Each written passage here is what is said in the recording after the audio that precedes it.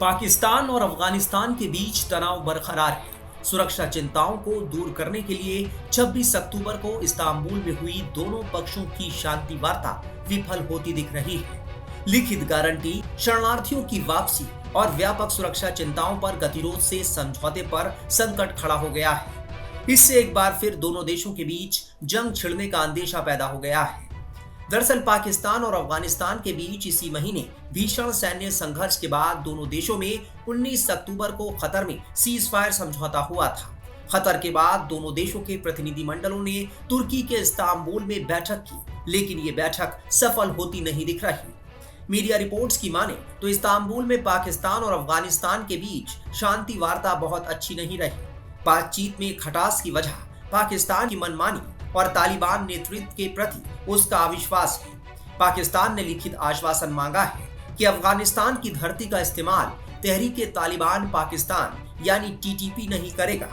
अफगान तालिबान ने ऐसी किसी भी गारंटी देने से इनकार कर दिया है।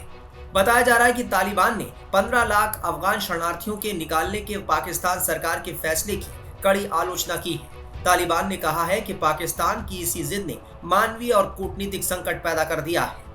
अफगानिस्तान ने पाकिस्तान पर आतंकवाद रोधी गारंटी हासिल करने के लिए शरणार्थियों के मुद्दे को राजनीतिक ब्लैकमेल के हथियार के रूप में इस्तेमाल करने का आरोप लगाया है।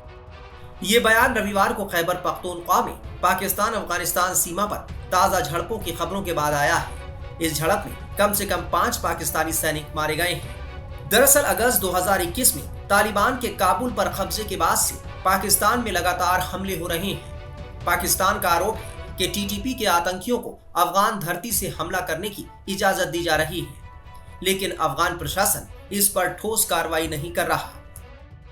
बता दें कि पाकिस्तान और अफगानिस्तान के बीच 2611 किलोमीटर लंबी डुरंड रेखा को लेकर विवाद है। अफगानिस्तान इसे आधिकारिक सीमा नहीं मानता, जिससे अक्सर सीमा झड़पें और गोलीबारी की घटनाएं होती हैं। अब एक बार फिर पाकिस्तान ने तालिबान सरकार पर टीटीपी को नियंत्रित करने के लिए कदम नहीं उठाने का आरोप लगाया है। पाकिस्तान सरकार का कहना है कि अफगान सीमा से लगे उसके इलाकों में हिंसा के पीछे टीटीपी जिम्मेदार है, जिसने उसके सुरक्षा बलों को लगातार निशाना बनाया। वहीं काबुल ने आरोपों को खारिज करते हुए कहा है कि पाकिस्तान अपनी सुरक्षा विफलता का दोष उनके सिर न मढ़े। बता दें कि पिछले दिनों पाकिस्तान की ओर से अफगानिस्तान में की गई एयर स्ट्राइक में अफगानिस्तान के 3 उभरते क्रिकेटर कबीर, सिबगतुल्लाह और हारून की मौत हो गई थी। ये तीनों खिलाड़ी अफगानिस्तान के दक्षिण पूर्वी प्रांत पक्तिका के रहने वाले थे और घरेलू स्तर पर क्रिकेट खेल रहे थे। अफगानिस्तान क्रिकेट बोर्ड ने ये घोषणा की है कि वो अगले महीने होने वाली त्रिकोणीय सीरीज, जिसमें पाकिस्तान और श्रीलंका शामिल थे, उससे वापस हट रहा है।